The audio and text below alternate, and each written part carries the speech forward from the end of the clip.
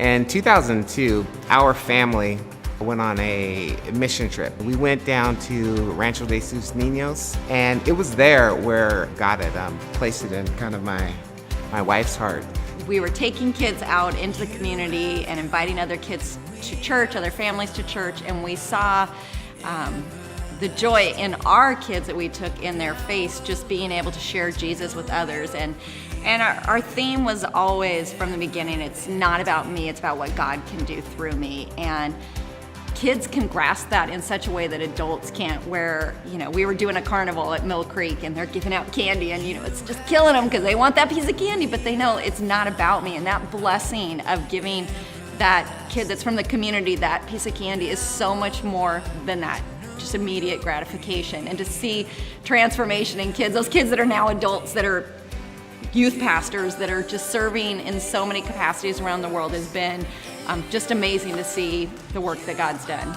This year, we've adapted the curriculum and teaching by John and Sonia Decker's Doing What Jesus Did to train the kids in practical ministry. It's been incredible to see them stepping out and learning how to pray for the sick, how to pray for the baptism of the Holy Spirit, and how to hear from God.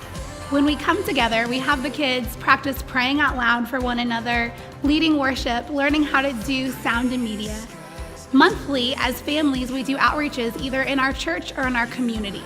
Our favorite outreach this far has been our Valentine's Day party, where the kids plan the entire service. They are the ones that are speaking, leading worship, leading the games, and they invite their friends who do not yet know Jesus. We come together and have a great time. Other outreaches that we do include being ushers and greeters at our church. We also will help clean up a local camp or help out at a community garden. A typical Wednesday night for us consists of coming together for dinner. The whole family is invited for dinner. Then we meet in our small groups where we discuss how we've served somebody this week or how we've shared the gospel with somebody, as well as taking time to pray for one another in our group.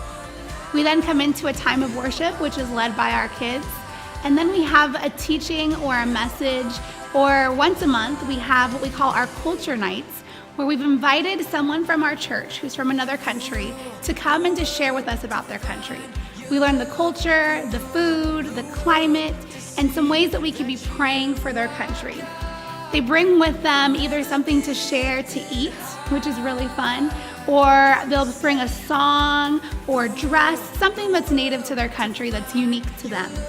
Our kids are loving being exposed to different cultures and countries, and our prayer and our heart is that as they're getting to know these countries, that they will just have birthed inside of them this heart for the nations, that God will be putting these countries on their hearts to be praying for, and that one day He might send them to those places. Logistically, we ask that parents come and they serve once a week. So they're a part of what we're doing. They're seeing what the kids are learning and participating right alongside them. We want this to be a family thing. With that, we have monthly family challenges where we encourage families to step out and serve and give them ideas on how to do so each month. The kids also receive a binder. In their binder, they keep their information, and they also have a place to journal what they're reading in their Bible. One of the things that we really want our kids to be doing is to be in the Word.